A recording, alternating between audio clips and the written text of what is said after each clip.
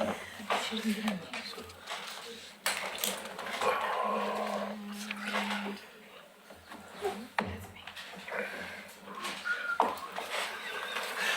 right, I will call the regular meeting of the Oregon City Commission to order for Wednesday, September 19th, 2018. Call roll, please. Commissioner Shaw? Here. Commissioner Mengelberg? Here. Commissioner Ibe? Here. Commissioner O'Donnell is absent this evening. Mayor Holliday? Here. Please stand and join me in the flag salute. I pledge allegiance to the flag of the United States of America and to the republic for which it stands, one nation, under God, indivisible, with liberty and justice for all. Okay, we have no ceremonial proclamations tonight, so we'll move on to citizen comment. I see we have at least one. Citizens are allowed up to 3 minutes to present information relevant to the city but not listed as an item on the agenda. We have Rosalie Nowak and William Gifford.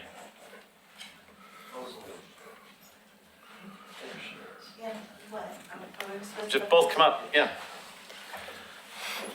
If you'll state your name and city of residence for the record. My name is Rosalie. Go have a seat. My name is Rosalie Nowak and Lake Oswego. Okay.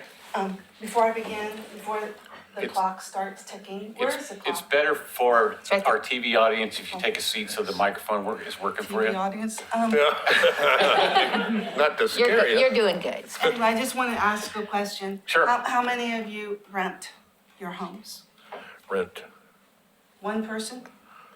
Of all these? Okay, now I'm ready to start. Okay. Here I go. Good evening. My name is Rosalie Nowak. I did ask you to raise your hands if you rent your homes, and you did that. I am a renter. I used to live in Oregon City until last March. For a number of livability reasons, I left the upper level of a duplex I was renting. However, I really hope to be able to move back here someday. Of all the places I've lived in the Portland metro area, Oregon City gives me the best feeling, if that makes sense. I'm also a member of the Oregon City Project Advisory Team that has been meeting this year with the mission of finding ways to promote more equitable housing options. Equitable does not mean that only people of means get to have a roof over their heads. It means that we must find a way to offer a diversity of housing options, not just a single-family home variety. People's incomes change over time, people's abilities change, family size increases and decreases, and we need a variety of housing stock to address that. And importantly, we mustn't relegate it to the fringes of the city, but incorporate it throughout. I'm here to urge a yes vote when you are finally presented with the opportunity to adopt the proposed code changes recommended by the PAT committee and others. With these smart adjustments to code, I'm hopeful it will spur the development of, more diverse options to rent or buy in Oregon City, especially for those who are being priced out of their hometown. We can't become a city where only a certain type of person can live. That would be pretty boring. While updating the city's building codes is important, it's not the only thing that needs to be addressed in order to ensure everyone has a place to call home. We need to come to the realization that housing is a human right and take away the dominant notion of housing as a commodity seen mostly as an investment, forgetting that a house, an apartment's original intent is as shelter for people. We need to keep in mind that safe and secure and affordable housing is a building block to community and not just a way to build wealth. With more and more people being priced out of the home buying market, oh my gosh, there's You're an fine. increase. I'll give you another minute or so. I only have a couple more paragraphs. You're fine. With more and more people being priced out of the home buying market, there's an increase in renters. It's my belief that without stronger tenant protections here in Oregon City, as they are contemplating in Milwaukee and as they have already instituted in Portland, the housing crisis we are in now will only get worse. So along with urging the adoption of the proposed code changes, I very strongly suggest that the commission consider and pass ordinances to better protect tenant rights. I'd like to think that if Oregon City gets this right, then not only will it have won an award for having one of America's best main streets, it will also be seen nationwide as a city that is smart in its approach to housing its citizens.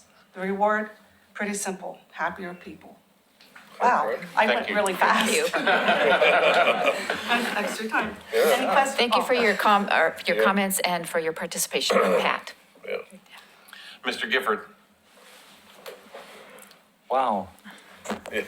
You, I'm going to stick to 3 minutes. You would. You'd like to stick it to me. My name is William Gifford, and I live in Oregon City. Thank you for those comments. That was inspiring. I think that most of you know that Oregon City School District has, the high school has one of the highest graduation rates in the country. I'm very proud of that. And I hope that you also understand the significant impact economically of having a great school system. And you are also aware of what the school district is going to be proposing, or some of it, on the ballot this fall. I want to let you know that next Tuesday, to that end, the Oregon City Business Alliance is having a presentation by a member of the school board and a senior official of the school administration to come and to our luncheon on Tuesday at 11:30 at the Abernathy Center from 11:30 to 1. It's a luncheon. It's $25, and it's a great lunch and a great opportunity to not only hear what's going on, but to ask questions about why it's being done the way it's being done. So I would encourage all of you to go to ocbusinessalliance.com. I think tonight is the last night that you can Pre-register. pre-register, just because they need to know how many people to have enough food for. So thank you very much for your attention, and I hope that some commissioners will come and learn more about the school district's bond problem. Thanks, sir. Anybody else for public comment? Give it to Katie. Okay. I already told, there's Tony. He's running around. I did want to say that if we could invite Superintendent Didway to come to our October meeting and just kind of explain the school bond and how they, and the process they use to come to the number and all that. Certainly do that. All right, then we'll move on. Everybody okay with the agenda? Yes. Okay, then we'll move on to public hearings. And Ms. Riggs asked me to mention that there was a scrivener's error on the actual agenda. The resolution that we're about to hear is actually number 18-28. And it's all right in the paperwork. It's just on the agenda that there was an error. So we are hearing 16-416, Resolution 18-28, adopting findings in support of alternative construction method, construction manager, general contractor for the construction of the police and municipal courts facilities. Chief Band. Good evening, Mayor and Commission. I'm going to take this opportunity to give you just a quick building update and then go into just a brief thing on the CMGC process Mo. here. What's that? Okay, Mo. So since we last talked about the building, we had a kickoff meeting with our architect, project manager, technical advisor, basically our whole team. Commissioner Shaw, who's been involved in the whole process, was unable to make this meeting. But it was basically kind of laying out sort of a general guideline of what we were looking at in terms of a schedule. And what's relevant about that is in October and November, we're going to be seeing some meetings, some public meetings. I think we'll have at least one open house up at our current police facility with our architect, our technical advisor, where the public gets to kind of weigh in. They'll do, the charrettes that everybody's seen to start giving some feedback and input to what they want the Mount Pleasant site to look like, kind of how we can tell the history of that site, and then also, importantly, the building, everything from the aesthetic to what they want to see on the inside. There will also be, as part of that, around that time, a separate charrette that deals specifically with sustainability, and that will kind of educate people on sustainability in buildings, things like what kind of systems we're going to use to make sure that they're as efficient as possible, things like that. And so I'm going to plan on inviting at least a few of you. I don't think, just judging by your face, Mayor, you don't want to go because it says sustainable. But someone will go. It's just that it doesn't mean anything.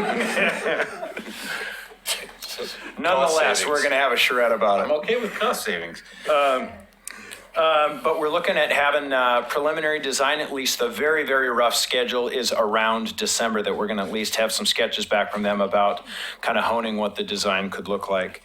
And then just for everybody that, on that schedule, our lease, the lease that we have with the Merrillhurst folks is done in the end of June of 19, and then construction should probably begin sometime after that. At least preliminary construction. I think we'll be breaking ground probably sometime about a year from now, ish. I say ish along with everything. Then the last thing I will say is, assuming that this resolution gets passed tonight, the next thing that's going to happen is I'm going to be using the term CMGC a couple times. That's Construction Manager / General Contractor is what that stands for. The notice is we're planning on going out for CMGC on Friday. And there will be a mandatory meeting for any interested construction company to come to the police department on September 28th to get kind of a snapshot and interaction about what's going on with our pending project. So moving on to the resolution, unless somebody has questions about that timeline, I'm going to read 2 sentences. Ultimately, what I'm going to be asking you to do is pass resolution 18-28. In order for a public project to use CMGC, the city must adopt findings explaining why the city is doing so. In addition, the city must hold a public hearing to allow the public to review and comment on those findings. So in a nutshell, if to anybody listening, if you really want to understand what CMGC is, the exhibit that's attached to this, that is in all of your packets, very detailed and really does a good job of explaining what CMGC is and how it differs. Essentially, in a nutshell, the traditional design, bid, build, or there's other modes of construction, it's the cheapest bidder. You know, the lowest bidder with some exceptions. What CMGC allows us to do, it's still a competitive process, but qualifications weigh into that process because of the technical nature of a police facility, a court facility. And so rather than, say, a construction company being the only, they win the bid, so we have a relationship with a construction company, they hire an architect, they hire specialists. We have a relationship, the architect works directly for us, the construction company works directly for us, so we're involved in every conversation that's going to take place. As we're constructing this building, most importantly, as we're designing this building. So as soon as we get the CMGC on board, we're going to have a construction manager sitting at the table when architects are presenting us with decisions, being able to weigh in on current market rates, the availability of certain construction materials, these sorts of things. So it helps us kind of value engineer and design our building in such a volatile kind of market. So I think the most important point that you missed is that in a CMGC, there's a guaranteed maximum price. Mm-hmm.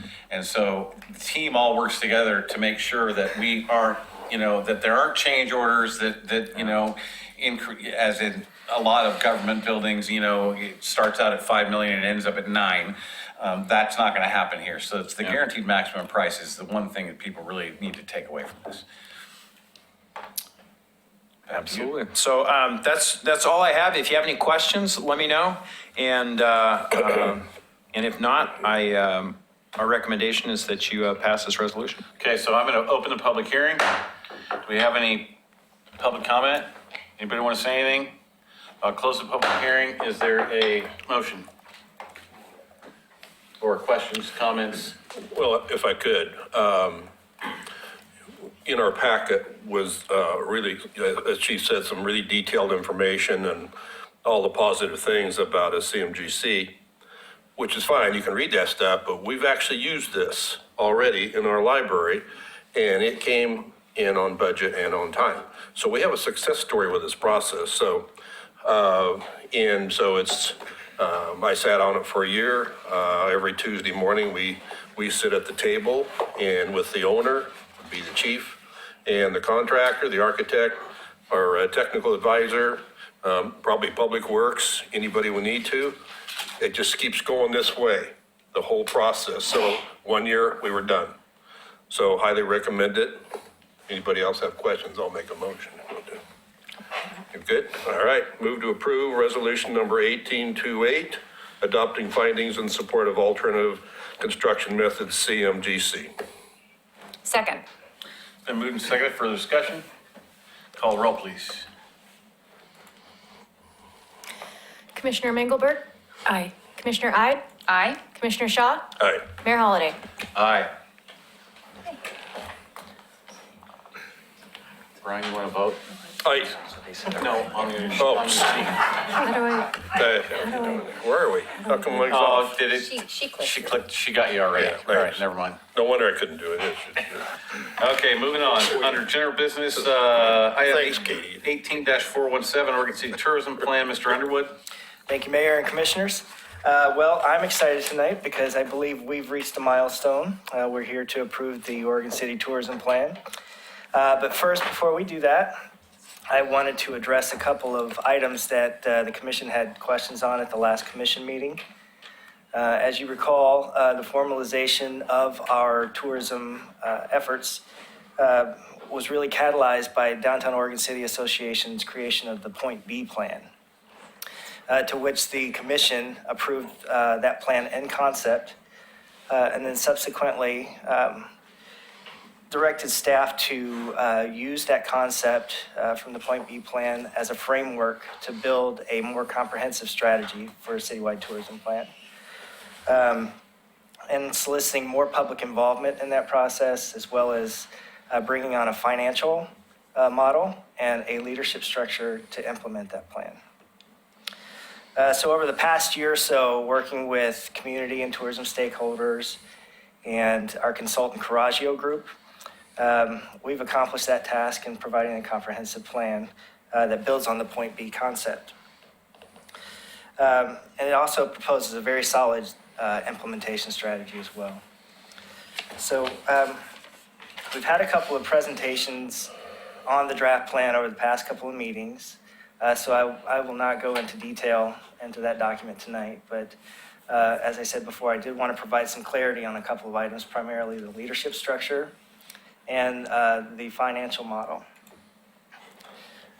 We have two options that I'll be presenting for you tonight for the leadership structure, and there's a financial model for each one of those options.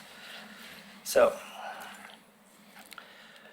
we'll move on to option one, which is the one full-time equivalent position. I think this option provides the strongest case for a true focus on tourism, because the person that would be in this position would be the face of Oregon City tourism, and they would be the most familiar with the Oregon City tourism assets.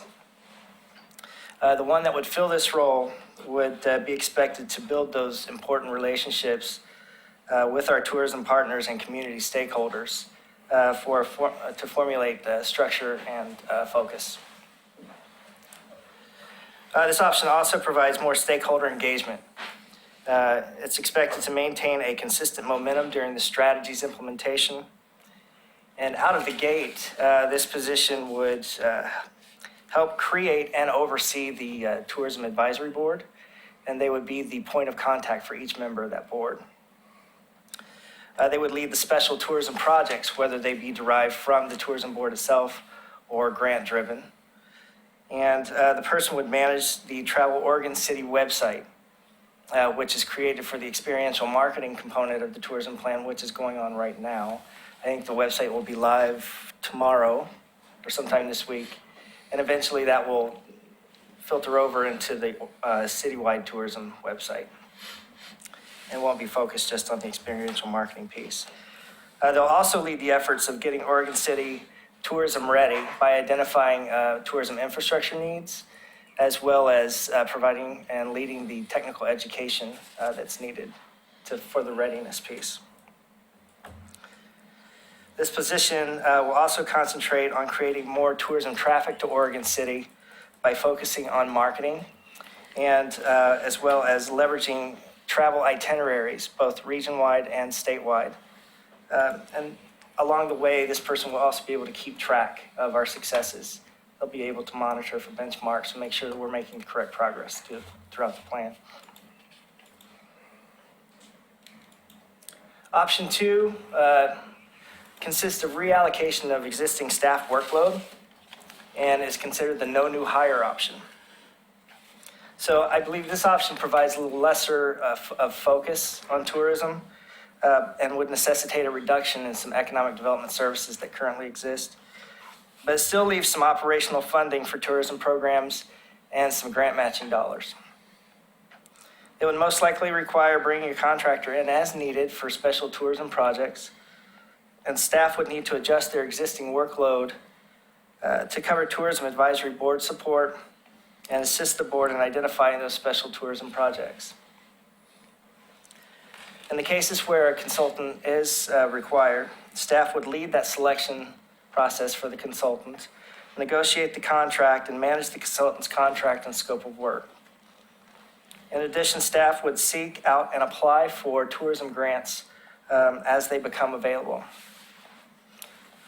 So given the fact that this model would basically take up half of staff's time, the focus would not equal that of what an FTE could bring, unfortunately. The fear is that this would result in less engagement for the stakeholders overall, and there would be greater potential for momentum fluctuation during strategy implementation. So the next slide shows the funding models for each option. Option 1, the FTE. We receive roughly $200,000 in transient lodging taxes each year. And we have the 10% state law, we can go up to 10% for overhead, which is $20,000 of that $200,000, which leaves us $180,000. So we're estimating we'd allocate $30,000 for economic development support for this model, which that would be my time and Lori's time, the economic development coordinator, to help support those efforts, which leaves us with $150,000. So that would fund the FTE, that's all in, that's both salary and benefits of $80,000. And then we would have $70,000 left over for tourism programming or to match grant funds. Option number 2, you have the same $200,000 with a 10% overhead, which leaves us $180,000.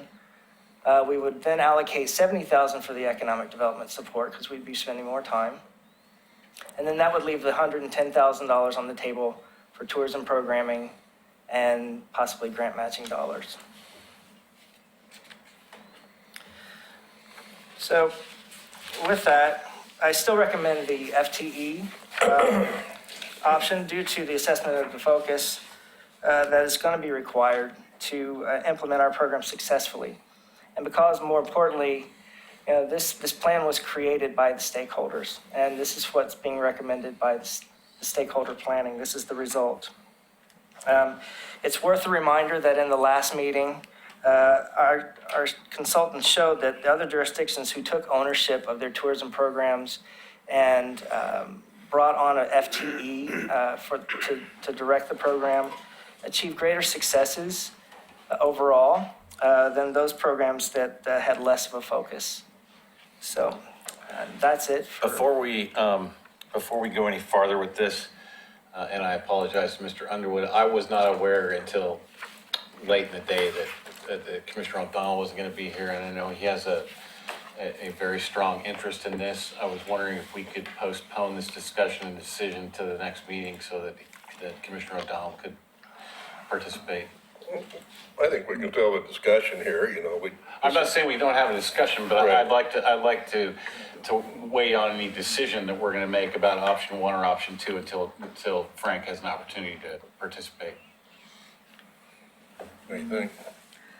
I mean, I don't think 2 weeks is going to. Yeah, I don't Resolve anything. have a problem with that. I know he has expressed a lot of interest in this, but I'd be fine with that.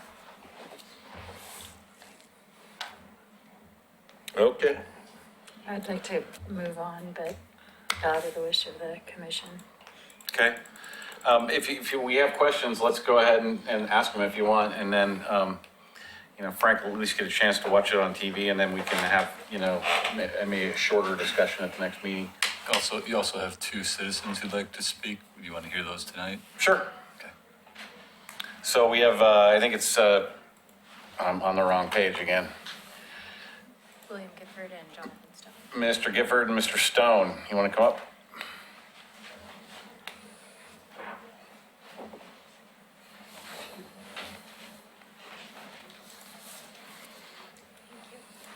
I'm not so prepared, so you go ahead. Oh, okay. I wouldn't call myself. So Bill, we need a motion to do that, or it's just staff direction? Continue it to the next one. A motion to continue would probably, at the Okay. end of the. All right, thank you. Be good. I suppose what you Mr. Gifford, you're the first on the list.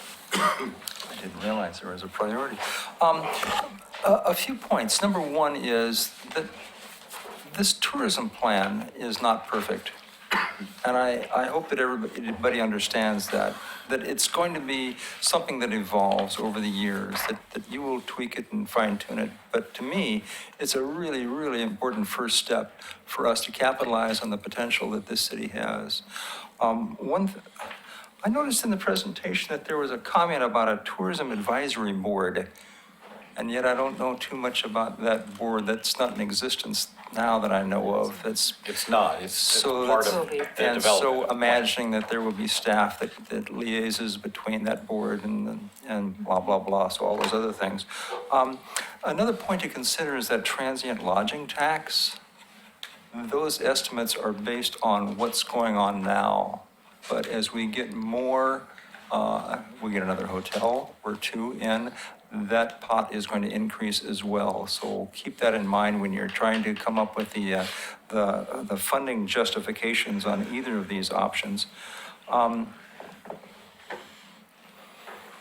The last comment that I had was that it's very seldom that I ever see in any tourism plans that I see anywhere, whether it's the county or the state or anybody, that talks about the value of retail tourism.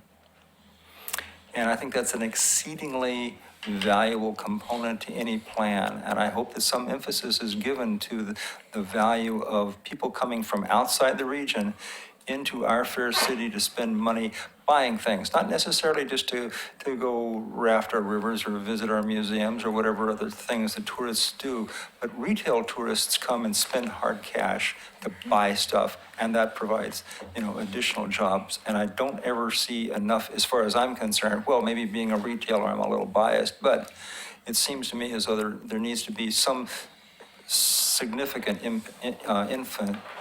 emphasis. I'll find the big words, thank you very much. Emphasis on retail tourism. Those are my comments. Technically, you're an e-tailer, not a retailer, but. we'll move on. Technically, I am an e-tailer, that's correct. Mr. Stone. Good evening. My name is Jonathan Stone, and I'm the Executive Director of the Downtown Oregon City Association. Just want to respond to William's comment about retail tourism. One of the strengths of this plan, I think, is that it focuses on destination retail and food and beverage as one of its goals. And so that extends beyond downtown Oregon City, I believe, and especially with the plan's focus on the 4-hour trip and visiting friends and relatives really responds to the fact that Oregon City's not quite ready yet, at least in terms of its development phase, to think about heads and beds. We only have one hotel. We have only so many beds to put them in, and we have to think about a 4-hour trip, and then a 6-hour trip, and then an 8-hour trip, and then eventually we're talking about partnerships with the county and other people that all of a sudden, when we have hotel capacity to accept more visitors, then we can really grow the virtuous cycle of tourism spend, reinvestment that then spins out into the rest of our economy. You guys have a letter in front of you that was prepared based upon a board discussion with the Downtown Oregon City Association Board. We've been involved in this process, as Eric mentioned, since before this plan, and we thank you guys for adopting or in concept the plan that we brought forward a couple years ago. We are in support of this plan. We we want to get moving. The time is now, and especially with other major developments on the horizon, with the redevelopment of the mill site, the Great American Main Street Award, and other developments with Clackamas County, with Clackamas Community College wanting to be more of a destination for meetings.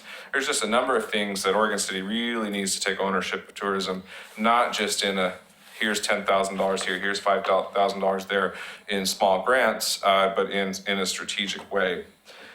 So we believe that this plan largely reflects the intent when our association really started investing time and energy to promote tourism as a strategic goal. Largely reflects that vision, and I'm happy to see with the updated financial projections that there is additional money available for projects and programs.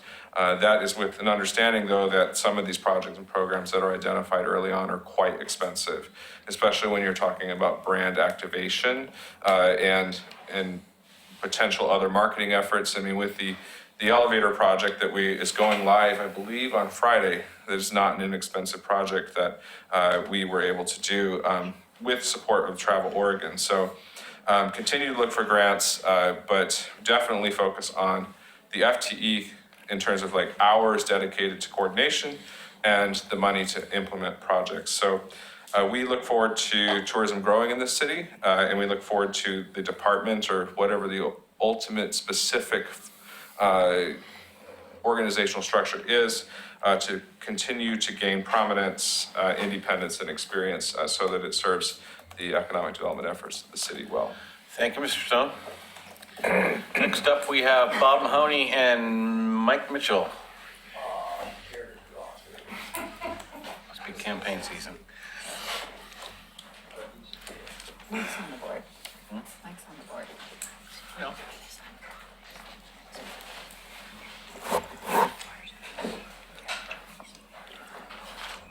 I'll try to keep this at 4 minutes. Okay. I'm just going to mention a few things that we already know, but sometimes it has to be brought to our attention to know that other people are thinking about it too.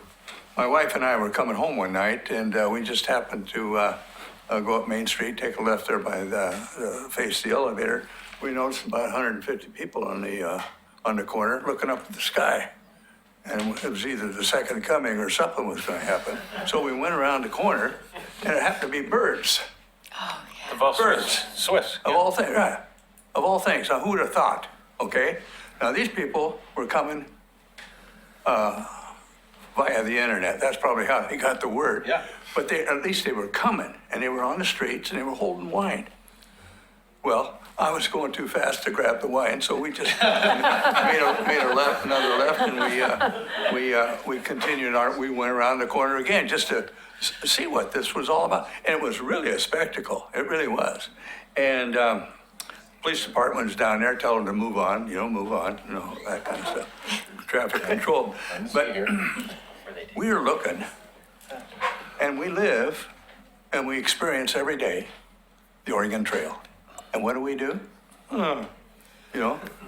Except people that are on the elevator looking at a map, speaking a foreign language, trying to figure out where the Barclay House is or whether John McLaughlin's is, And then they see our ex-mayor and they think they've seen Dr. John McLaughlin. The other thing is sports. How many people have traveled to another city to watch their grandchildren or kids play ball? A guy by the name of Brad Smith, Oh, yeah. who's Saint Smith. How many ball games did he win for this city and put Oregon City on the map nationally? People come from all over the country to be in a tournament or just to play basketball up here at Oregon City High School. Nobody notices, okay? But it's organized and it's here. The other thing we take for granted is that doggone Willamette River. People come down here from all over the place to fish. People come up on their speedboats or their kayaks, but they use that river. And as far as they can go is just the falls. And the other thing is our river walk. There is a demand for an organized tourism procedure here. And Eric,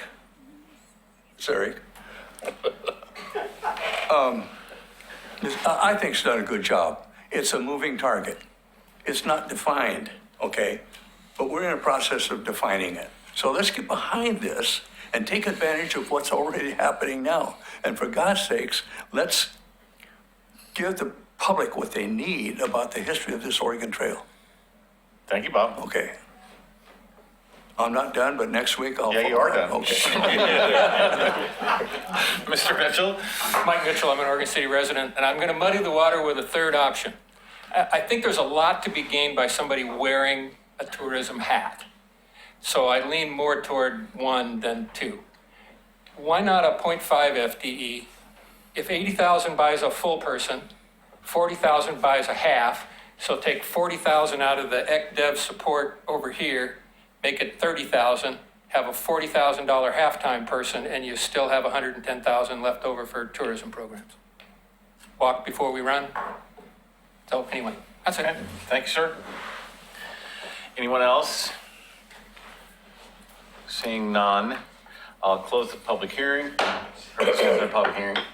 But I would take a motion to, You want to talk about it first? if you want to have a conversation. Yeah, sure. So, Harry, what do you think about a 0.5? Well, my initial take on that is that you're still losing a little of focus. And so this plan was created with the thought process that the commission wanted a direct focus because we have so many tourism assets. It's important to have that focus to get it off the ground, to get it really established. I think maybe later, after we get it established and get it going, we have a system in place, we have the community educated.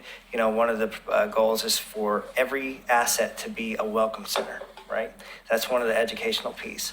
Once we get that established, I think we can let go a little bit, and then maybe it turns into a halftime position. That's kind of the intent of the plan anyway, is to really go strong and own it, to get it going right the way the city needs it to happen, and then kind of let the leash out a little bit. And then eventually maybe it'll become a destination marketing organization where it's relatively independent. Sustainable. Sustainable, yes, Okay, yes. gotcha. So Sorry. I'm really in support of a full-time FTE and a dedicated person because tourism is a different animal. The players are different, the resources are different, the focus is different. The focus is on visitors and attractions. And economic development staff would have to come up to speed on those things. So there's a little bit of lag time if we were to go with option two. With option one, we hire someone that has that expertise already, and you can get launched and effective much more quickly. And I agree with Eric's point that it does take a lot more time and effort to get the wheels rolling. And our time is now. The economy is strong. People are traveling. People have money. We need to get going to capitalize on this moment. And I don't want to delay. I want to get going now. Commissioner Ide? I would agree with Commissioner Mangelberg. I think that the first year is going to be a lot more of laying the foundation of the work plan that's been established through the Coraggio group. I think that, and well, not just the whole public process that took, several months to put together. I think that it's going to take some time to just develop the advisory team and get that operational and get a work plan for it, as well as, so that everyone knows what they're going to do and finding the right people for that. And also, I think that we have large numbers of tourists coming to town with the Riverwalk project coming down the road, and we need to be ready for that. And I think that we need to lay a strong foundation in order to do that and to meet all the needs that are coming, everything from parking and transportation. That's just like infrastructure things, not to mention all the contracts that need to be, or the consultants that need to be consulted for branding purposes and other things. So I am all in favor of the hiring the full-time employee. So, while I don't disagree that I think this needs to be a position. I have this thing about hiring new full-time city employees. Could this not be a contract position rather than an actual city employee? Well, it could be, but again, we're operating within restricted funds, so this is coming from the transient lodging tax that we can afford to do. Otherwise, we would be possibly doing what we've done in the past, is throwing it at grants. But I think this is a good investment, especially starting out the gate. I think the more investment you put in at the beginning, the more return you're going to get in the long run. But you didn't answer my question. Could it be a contract It employee? could be a contract versus- employee. Yes, it could. And I would think that a contract employee would be less effective because a tourism person needs to work with a variety of different city departments to address transportation and signage and planning. I mean, it kind of covers a lot of different areas within the city. And having someone on equal footing that understands the people and the policies and the resources, they're just going to be much more effective than a contractor who is on the outside looking in. Well, I think maybe you misunderstand the point. It would be a contract employee for a term. They would still work in the city. So they'd be a city employee, but just for a limited term. Well, yeah, and a contract, and so, there's other, anyway. But not like a external consultant. No. We've hired contract employees before for other things, right? I'd have to think on that. I'm not ringing a bell right off the top of my head. Judge? We have, The judge was a contract employee for years. Anyway, let's move on. Is there a motion to postpone this until October 3rd? Well, I had one more comment before that too, but Yes. I want to make sure this is a citywide tourism plan. This is definitely a citywide tourism So we're plan. talking from downtown up to the college, Yes, to the sir. farmer's market, the Yes, sir. whole thing is We- going to be part of this program. We have clarified part of the plan to highlight that, where we're listing examples of tourism destinations, uptown, midtown, and downtown. Okay. Thank you. and we can bring back, assuming this is continued, a little bit more clarity on Okay, the contracting options. all right. Commissioner Ryan? Motion to continue this item until October 3rd. Just a second. Moved and seconded for discussion. Call roll. Commissioner Mengelberg? Aye. Commissioner Ide? Aye. Commissioner Shaw? Hey, Mayor Holliday? Aye. All right, so what we're about to do is going to be, we're going to try to move this along as quickly as we can because we have a whole bunch of these to do. This is the second reading of the individual parks that we're actually codifying into Chapter 10 of the Oregon City Charter.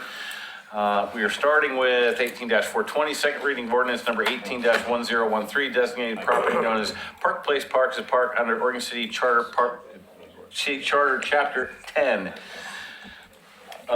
We don't need to do staff reports on these, do we?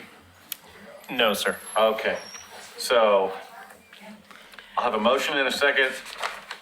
Move to approve ordinance number 18-1013. second. Mr. Beisman. Ordinance number 18-1013, an ordinance of the City of Oregon City designating the property known as Park Place Park as a park under Oregon City Charter, Chapter 10. Call roll. Commissioner Mengelberg? Aye. Commissioner Ide? Aye. Commissioner Shaw? Aye. Mayor Holliday? Aye. Yeah. So on to second reading of ordinance number 18-1014, designated property known as Filbert Run Park as a park under Oregon City Charter, Chapter 10. Move to approve second reading ordinance number 18-1014. 1-5. 4. Oh, 4. Oh, I'm sorry, yes. Is that a second? I second that. Mr. Beisman. Ordinance number 18-1014, an ordinance of the City of Oregon City designating the property commonly known as Filbert Run Park as a park under Oregon City Charter, Chapter 10. Call roll. Commissioner Mengelberg? Aye. Commissioner Ide? Aye. Commissioner Shaw? Aye. Mayor Holliday? Aye.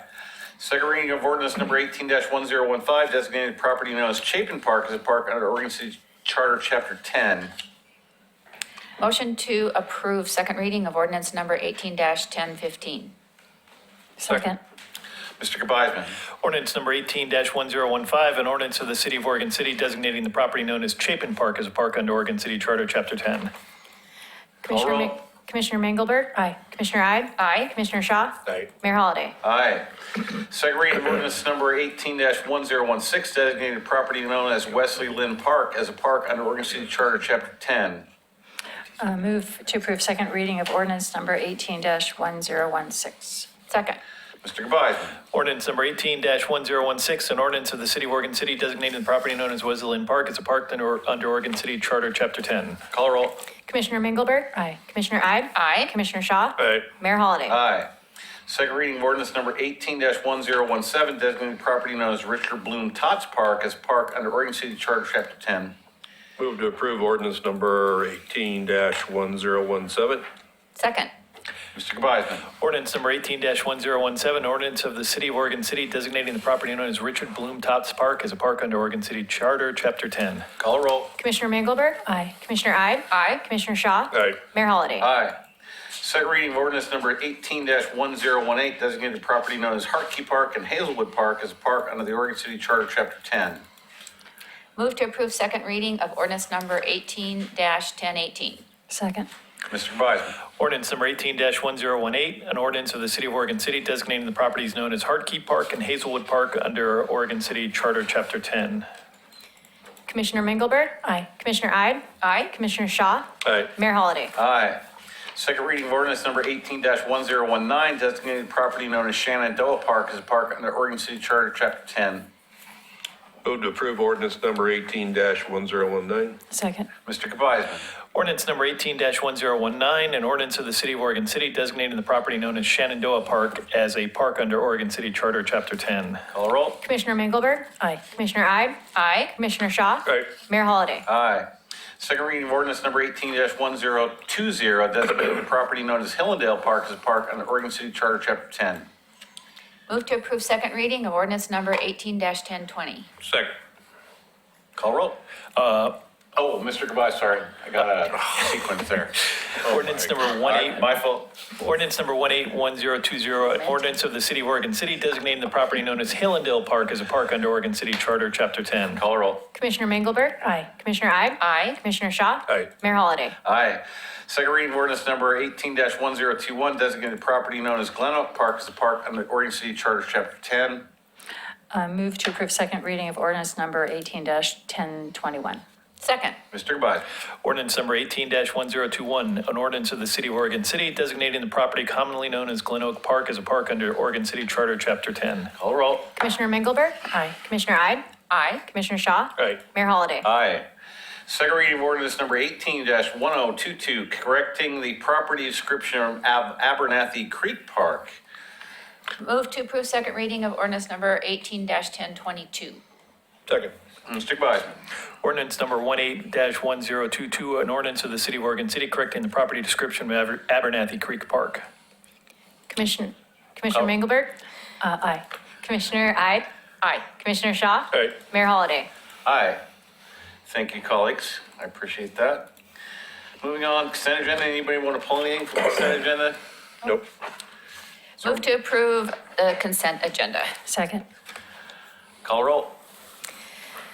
Commissioner Mengelberg? Aye. Commissioner Ide? Aye. Commissioner Shaw? Aye. Mayor Holliday? Aye. Mr. Manager. Thank you, Mayor. Evening, Commissioners. So we have a couple updates for tonight. I'll start with Mr. Underwood. Thank you. Just wanted to announce that October 5th is Manufacturing Day, and it's also the grand opening of the Community College's Industrial Technical Center.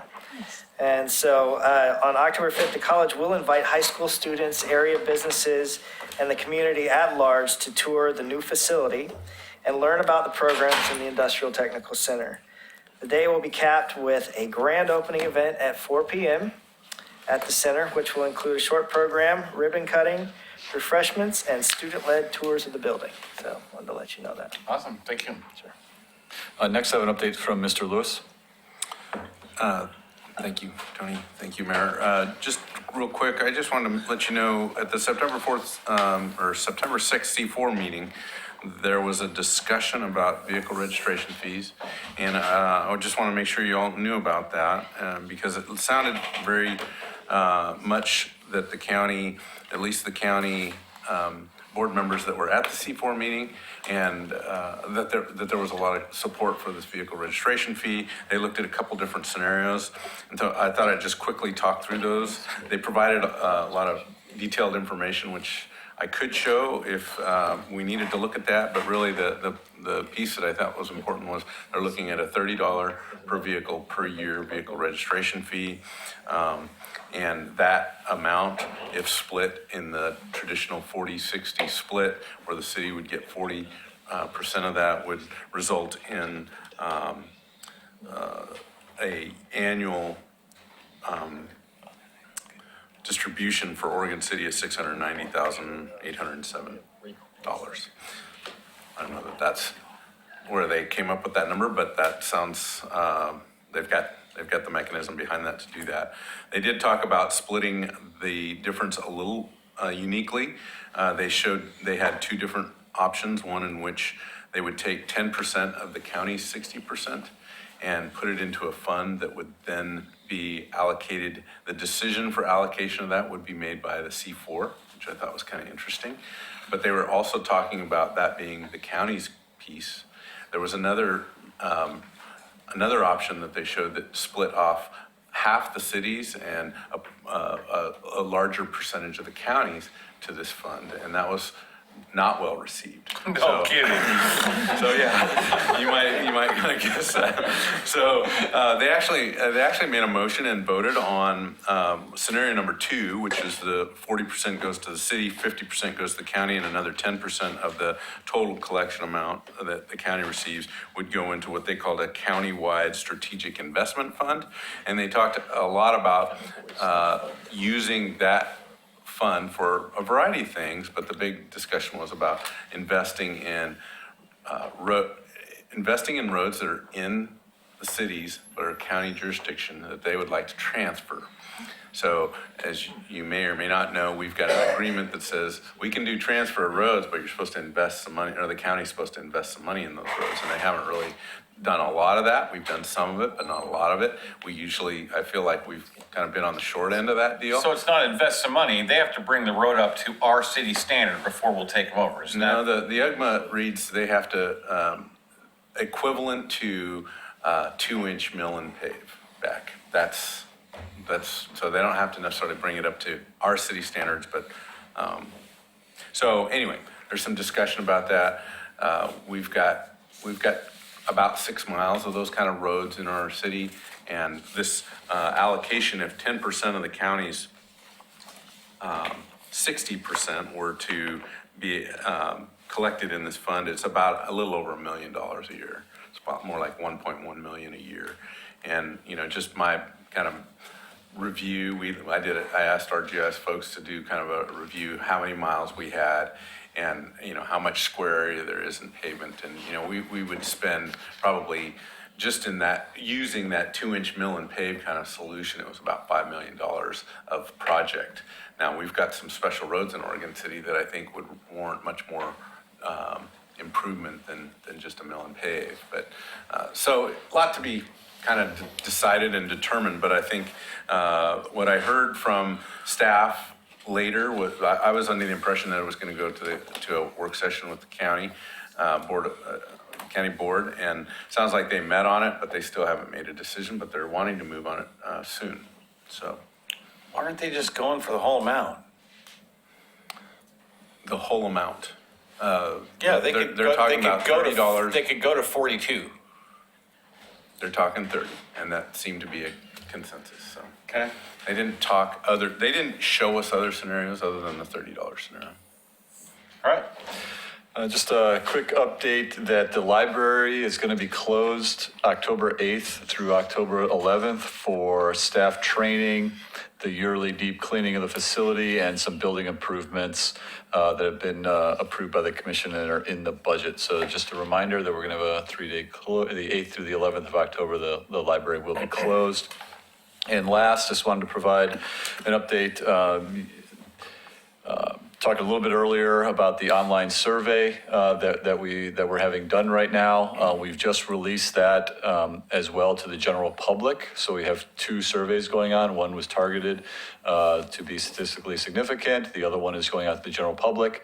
That is currently available on our website. We've also put it out on Twitter, Facebook, and if you're on Oregon City News online, you'll see a banner there that'll get you to that survey as well. And just a clarification, I misspoke a little bit earlier during the Parks and Rec Advisory Committee and City Commission work session. We'll be bringing those results to you at the first meeting in November, not October. So that's all that I have for tonight, unless you have questions for me. Commissioners, you have anything? Not for him, but I No. got some here. Okay. Yeah. I went to Patriot Day up at the county there. They always do a great program there to celebrate the first responders. So, attended Chamber, Main Street Cruise In was a very successful thing. I was a little curious about that because it had new management for that, but it was very good. Went to the West groundbreaking for their new digester and had quite a turnout for that, and look forward to that, the capacity that's going to bring up for us. And then encourage everybody, as Eric was saying, about the opening of the tech center up at the college. I got to go in that the other day, and it's just amazing. So this is going to be a real asset for us for manufacturing, and especially if we get our manufacturing jobs across the street. It's going to be a great program, so. Commissioner Mecklenburg, you got anything for us? Commissioner Hyde? Just 2 things. Today went along with Laura Turway and John Lewis on an affordable housing tour sponsored by the Welcome Home Coalition. We toured 3 different facilities in Clackamas County, and we heard from Habitat for Humanity and several other agencies that work with affordable housing. It was an excellent tour. I learned a lot. They talked a lot about the average median income and how that is used to qualify folks for affordable housing. It was just very well worth our time, I felt.